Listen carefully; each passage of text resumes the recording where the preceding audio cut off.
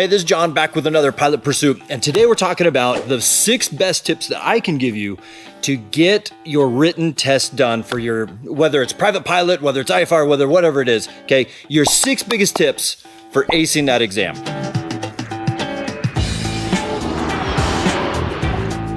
Tip number 1 that I can give you is get a program and stick to that program. And what I mean by that is maybe you're gonna do ground school online. Maybe you're gonna use, the Glime manual. Maybe you're just doing something with a local flight club, with your flight school, whatever it is.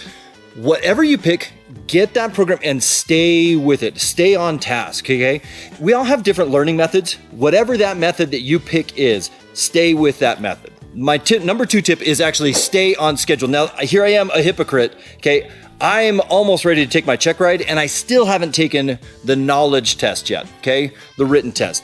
So I'm a bit of a hypocrite, but let me tell you from my experience here, stay on schedule, because right now I'm trying to get everything lined up for my check ride, which means I'm doing a lot in the air. There's a lot of pressure to get the knowledge and do all the practical stuff up in the air. That's a lot of pressure. I wish that I would have gotten this knocked out right around the time that I soloed. So take it from my experience, even though this is do as I say, not as I do.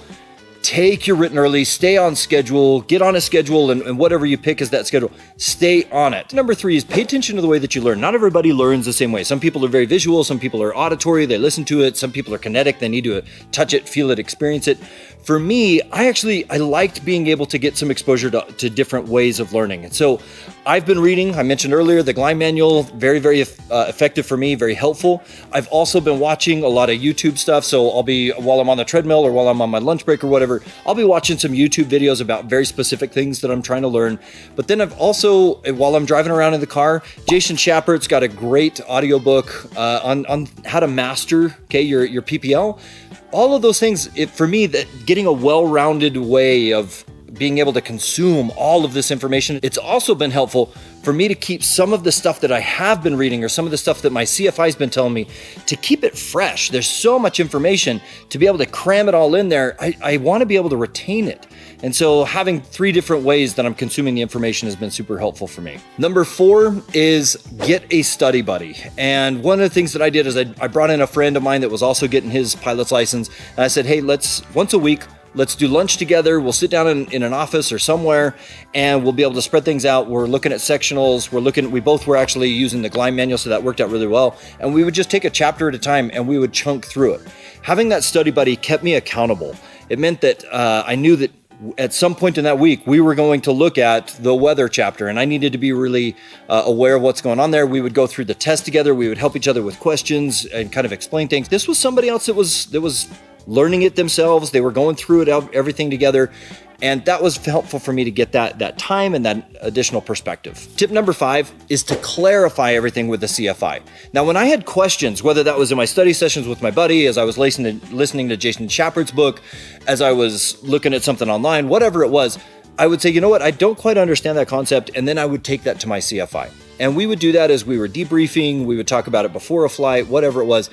Clarifying with my CFI, I would say, hey, I saw this, I read this. Can you help me understand how we apply that in the airplane?